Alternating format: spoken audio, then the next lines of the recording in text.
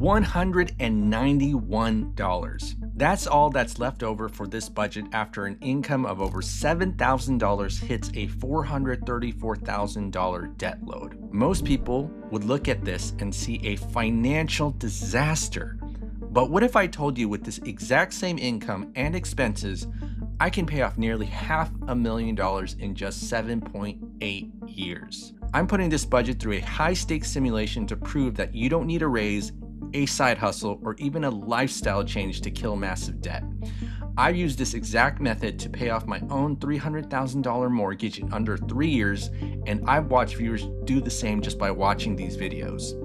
In this video, I'm walking you through the real numbers, the income, the expenses, the debts, and showing you exactly how we turn a razor-thin margin into a debt-crushing machine. No extra income, no sacrifice, just moving money differently. Let's look at the math. Let's start with the basics. If we want to pay off debt, we have to know our numbers. And that starts with the budget. These are the fundamentals you'll hear me repeat in every video because everything else is built on them. To prove this $434,000 plan actually works, I'm going to show you exactly what this budget looks like once it's done. We need to know these numbers down to the penny if we're going to survive on $191 a month. So let's look under the hood and see exactly how the $7,556 income is being spent. First, we list all our income sources. Then we list our expenses and debt separately because they're two different things. Here's why. Expenses are mandatory. They don't go away even once we're debt-free. Food, gas, insurance, that's there no matter what. Debt is temporary. It's something we're actively working to eliminate. Most people confuse the two because we live in a country where debt feels permanent, as if it's just another monthly bill and simply a normal part of life. But it's not supposed to be that way. One of these is here to stay, the other one isn't. That's why we treat them differently. Now, since we're focused on debt, every single debt gets its own line item, nothing lumped together. In this example, we have 7 credit cards totaling $112,000, an auto loan of $22,000, and a mortgage of $300,000. Expenses, on the other hand, can be lumped together since all we need is the monthly average, food, gas, insurance, and so on. This is our baseline. This is what we're working with no matter what, and the goal is to eliminate every ounce of debt until all that's left is these expenses. That's the budget we're building towards. Next, we're going to break down why traditional banking is actually working against you and introduce the alternative we use instead, the velocity method. So here's how it normally works. Traditional banking teaches us to get paid into a checking account, pay our bills, including our debts, from that account, and then hold on to whatever's left in checking or savings as much as possible, even if we're not debt-free. And here's what nobody's telling you. Saving money in this scenario can actually be working against you. Even though it may feel safe, it may feel responsible, that safe feeling can be misleading. That money is sitting there earning little to nothing, while your debt is still sitting there too, continuing to accumulate interest every single month. So instead, we're going to introduce a different tool, a line of credit. What makes this so special? A line of credit isn't a one-time loan. It's revolving. That means as you pay it down, that available credit opens back up and you can use it again. That's what makes it fundamentally different from a traditional loan and even from most credit cards. While both a line of credit and a credit card are technically revolving accounts, they are designed and used very differently. A traditional loan is one-way directional. You borrow money, make payments, and as you pay down the balance, that money is no longer available to you. The cash has left your control. Credit cards are revolving, but they are primarily designed for purchases. In most cases, you can't use a credit card to directly pay major debts like your mortgage, auto loan, or other loan payments without restrictions, additional fees, or costly cash advances. They are not built to function as a central cash flow management tool. On the other hand, a line of credit gives you a different level of flexibility. Because it is revolving without restrictions, your income can flow directly into the account, immediately reducing the balance and lowering the amount of interest you pay. At the same time, that available credit remains accessible when you need it. Your money isn't sitting idle, and it isn't locked away after making a payment. it continues moving through the system. Now, here's the main difference between traditional banking and the velocity method. We deliberately treat our checking account as zero because it's not a place where we're going to store excess cash. Instead of saving that leftover $191, which almost does nothing on its own, you're going to deliberately route your entire income, all $7,556 of it, through a line of credit instead. Every dollar that comes in immediately works to reduce the balance and lower interest costs, while your ability to access funds remains available for your expenses.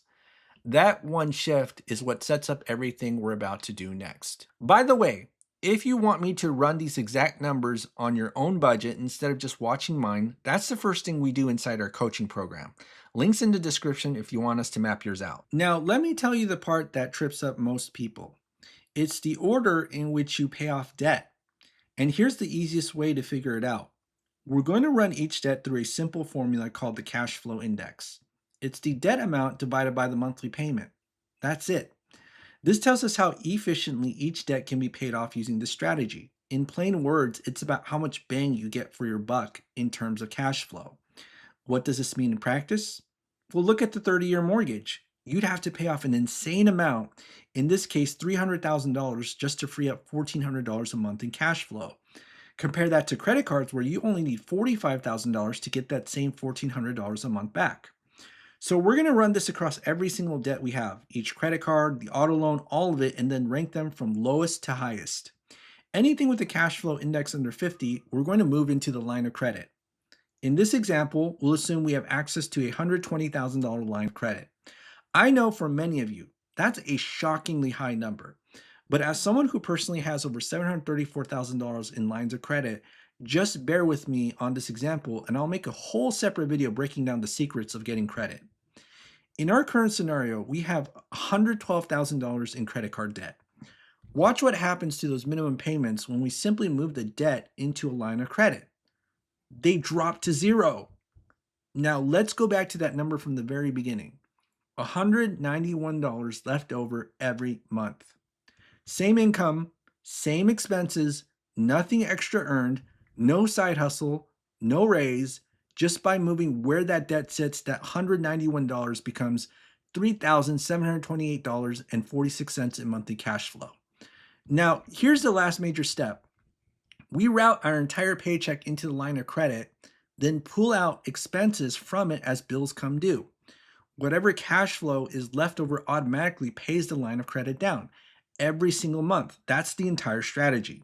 We just rinse and repeat with our next debts. The only exception we have to watch out for is the 30-year mortgage, and we'll talk about that one once we demonstrated paying off all our other debts first. Now, let me walk you through the formulas you need to actually set this up.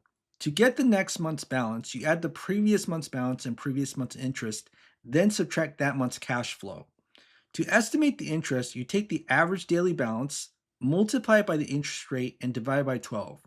All of these functions you can easily set up in Excel just like I'm showing you right here. Once you've got that, just copy and paste the formulas down until the line of credit balance turns negative, which means that cycle of debt is paid off. That's it. So as you can see here, we paid off all the credit cards in 34 months. Let's record this as a milestone. Now, based on the cash flow index, the next debt to pay off is the car. So after 34 months, how do we find out the balance of the car? Well, we have this easy loan calculator right here. We just plug in the current month and it tells us the current balance. As you can see here, the current balance on the auto loan is $9,939.15. And the current balance of the mortgage is $284,465.84. So we just take the balance of the auto loan, move it over to the line of credit, and add the car payment back into our cash flow, which bumps it up by $395. Run the numbers and you'll see it gets paid off by month 36. Now the final step is to pay off the 30-year mortgage. We see the current balance is $283,496.18 with the cash flow index of 197. So does it make sense to move this entire 4% mortgage over to an 8% line of credit? The answer is no. A high cash flow index like this means you get very little cash flow back for paying it off, so you'd essentially be moving a low interest debt into high interest debt for barely any benefit. So at this point, when it comes to the 30-year mortgage, you have two options. Make extra payments directly, or you can use an 8% line of credit as an alternative. Given that overpaying directly is the default option, let's ask ourselves, if people know they can do this, why don't they simply just do it? It's the same reason most people never overpay their credit cards. Unlike a line of credit where you can put your entire paycheck in and pull it back out without any repercussions, overpaying a loan or credit card introduces friction in the movement of your money. That friction causes stress and headaches, which is exactly why most people never do it. And I know what you're thinking, but you just said not to move the mortgage into the line of credit 5 seconds ago. Yes, that's true in its entirety. But moving the entire loan at once and paying it off in increments are two completely different things with two completely different outcomes. Did you know that when you pay off the loan incrementally through the line of credit, you can use the exact same process we described before? Just put your entire paycheck into the line, take your expenses out, and never worry about overpaying because your flow of money isn't restricted. And luckily, we have a calculator that shows you the results of both approaches, small overpayments versus moving the entire loan into a line of credit. If you look here, moving the current balance into a line of credit takes 5.3 years to pay off, and you'll pay $66,000 of interest along the way. You might say, wow, that's really not that bad. But if we simply pay it off in small increments, say $8,000 at a time, the result is 4.8 years to pay off and only $22,000 of interest. Unless there's a substantial convenience trade-off, and in this case there isn't, moving the entire loan into a line of credit simply means you're overpaying in both time and money. So why use this method at all if you can simply just overpay the mortgage directly? Given that this is your last debt, it's not a huge deal either way. But this method is still an extremely useful alternative because with the line of credit, you never have to worry about overpaying. Compare that to overpaying your mortgage directly. You have to constantly ask yourself if you're overpaying too much, and that uncertainty tends to make people pull back, segregate their income again, and slide right back into just making minimum payments. That's exactly the friction and hesitation this entire method was designed to eliminate.